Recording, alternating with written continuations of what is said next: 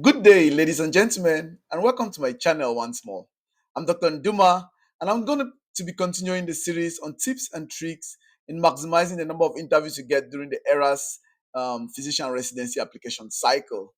I'm going to be answering the question, which is beneficial, applying to one specialty or applying to multiple specialties at the same time? Which strategy is best for your specific needs? Stick around and enjoy.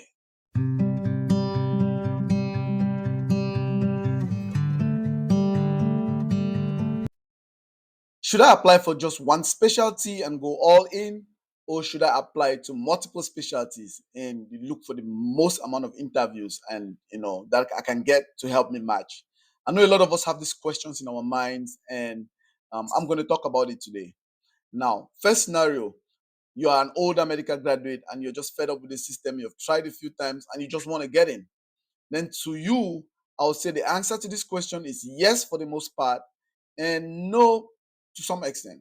And I'll explain later in this video. For the second group is you are just a recent graduate and you are relatively competitive. You want to go in for like dermatology or like plastic surgery or surgery as a whole. And you're thinking, I may not match, but I don't want to spend a year roaming around. I just want to get into the system. Then for you, I would say yes for the most part and no to some extent. Yes, for the most part, for you will be applying to multiple specialties, and no to some extent. But then again, no matter who you are and you're applying, you have to look at your specific circumstance in order to make this decision. And that's something I can help you with, or someone else can help you with. You can reach out. So I'll start with an older graduate trying to get into the system by any means necessary. Now, if that is you and you just want to get into any specialty and you just want to get into the system, then I would say these are the things you have to consider: what specialty you are applying to, and you have to look at your background in order to choose these specialties. Generally, the primary care specialties are much easier to get into, and most of us older graduates have some kind of background in primary care already, anyways. So you want to look at your work experience. You graduated 10 years ago. What have you been doing in the last 10 years, and what can you document from your past experience right after medical school to this point that is going to you know sell you the most? That's what you should be looking at in order to determine which specialty you're working on. The next thing, have you published? If you're published, most of us, we want to work on a lot of articles. So person A is publishing, we just join them, and then we do all the work and then we do the publications. Person B is publishing, and then at the end of the day, we find ourselves with 5, 7 publications, and they are not in any specific specialty. That's still okay, but you look at it, most of your publications, outline all of your publications on your resume, but if you have 7 publications or you have 5 publications and the majority of them 4 are in particular specialty, then that's more pushing you towards a specialty as well. If you have been in clinical research, I personally did clinical research.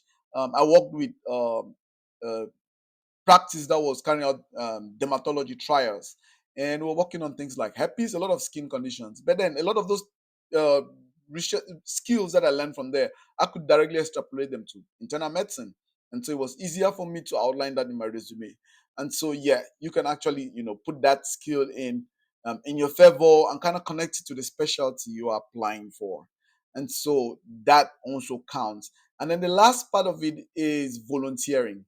Now, when you make up your mind which specialty you want to work in, it's going to guide what, where, and how you're going to volunteer. Volunteering opportunities are everywhere. Anybody can do it. Currently, I'm trying to get into fellowship in gastroenterology, and there are some uh, colon cancer screening opportunities going on in the community. A lot of these physicians and public health professionals organize these things, and you can register for them. You can participate, and you can work on all of this stuff, and that is going to go a long way to add into your interview. It's also going to help you network, meet people who are doing the thing you aspire to do, and they will connect you when they see this, the passion in you. They see the burning fire in you. They're going to push you. It's a natural human instinct. So I would say um, yes to applying to just picking one specialty and going all in for it. Um, that will help you because most programs are looking for dedication, and all these components I've just listed are some of the things that you use to express how dedicated you are to a particular specialty. And then the second part I said was no. No, in the sense that you can apply to multiple specialties successfully, especially like for most of us applying to mostly primary care, family medicine, internal medicine, uh, uh, pediatrics. These are all primary care specialties, and so a lot about them coincide. For example, if you're volunteering in the community and you're volunteering some people with heart problems are both present in children and adults. If you're looking at something in maybe infectious disease, you see that both in children and adults, and you can always extrapolate that knowledge. And so there is a way you can fill your application and outline these things, and make it clear that you are interested in these things, and still manage to tell the same story to apply for multiple specialties. So it's tricky, but you have to be really good, and you have to arrange your resume in a way that um, these things come out generally, and then your letter anyway. I'll talk about letters of recommendation, but there's a way you can fix your application where it's neutral to whether you want to go in for family medicine, you want to go in for internal medicine, or you want to go in for um pediatrics. You can actually apply to these specialties concurrently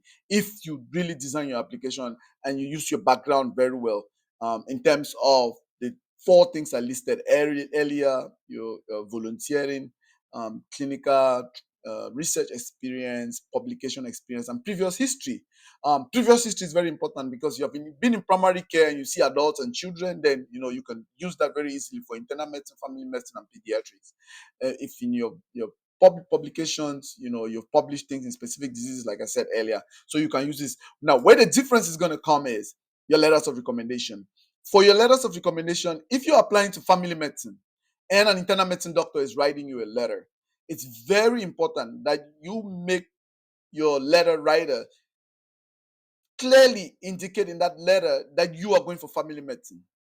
Your letter writer who is internal medicine should not write just a generic letter and leave it at that, and they are internal medicine. No, they should say it, this person, it worked with me and they have this skill and that skill. They are dedicated, they are passionate about care, and they will make a good family medicine doctor coming from an internal, and vice versa. If an internal is a family medicine doctor is writing a letter of recommendation for you that you're going to submit to internal medicine, you should also say that very clearly in the letter, so that whoever is reading know this is family medicine, and they are highlighting your internal medicine skills. Yes, both professions go hand in glove, but they have to outline, and same goes for pediatrics. Now, where the difference comes is that if you're applying for family medicine, there is no way you can be applying for family medicine and then you submit four internal medicine writers writing you a letter. That already tells something is not right here. If you're going for family medicine, then you should have at least two family medicine. I will encourage you to have at least two letters of recommendation coming directly from family medicine doctors. Then the other doctors can complement your skill. That makes sense. The second thing is, if you do a clinical observership with one attending, and they're going to write a letter of recommendation for you for family medicine and internal medicine, they had better write you two letters. They're going to write one letter where they're going to clearly say, okay, I'm a family medicine doctor.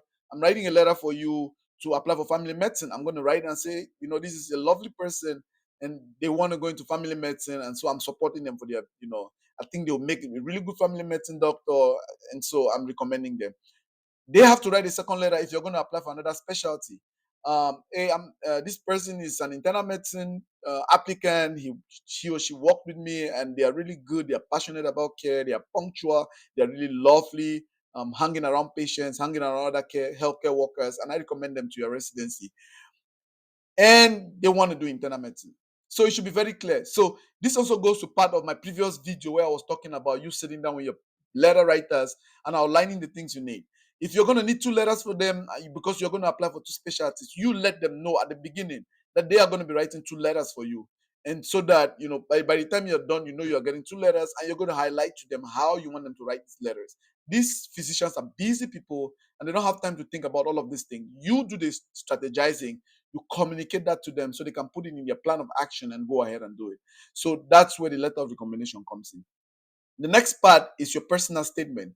If you apply for multiple specialties, then you have to have multiple letters of recommendation.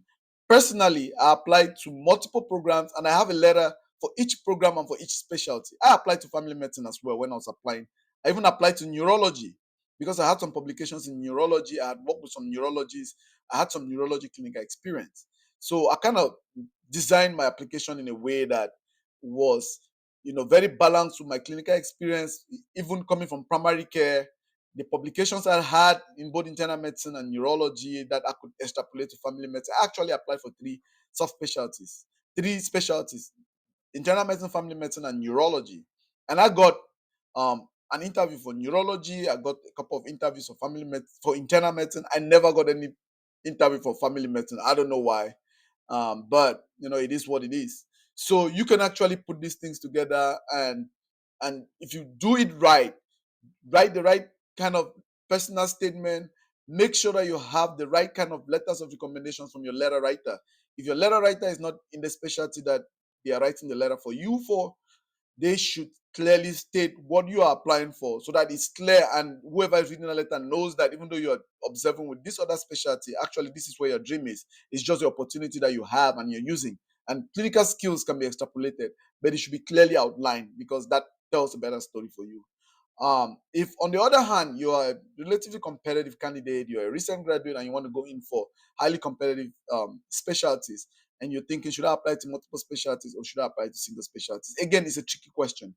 If you want to go in for dermatology, and the dermatology or the plastic surgery guys are looking at your application and they see you doing a lot in family medicine or internal medicine or in another specialty, that's going to count negative for you because they're going to feel like you're not doing much. So you can actually, in that application, outline all the things in your application that goes, that speak towards dermatology or plastic surgery or all these competitive specialties. You can clearly outline those. And then while, your letter writers are writing your letters, you do the same. While you're volunteering in the community, you volunteer for both specialties. And then it's still gonna be tricky, but there is a way you can do it, and you can consult for that, and we'll work with you towards that. So on the whole, it's smarter if you can apply for a specific specialty and go all in, because it's going to be easier for you to outline these things from your experiences. And it's a little tricky to apply to multiple specialties, but you have to be very tactful in the way you fill your primary application and in the way you deal with your letters of recommendation, your personal statement, and how you outline your volunteer experiences and your publications in your application. So that is all I have for today. You all have a wonderful Sunday. Thank you and goodbye.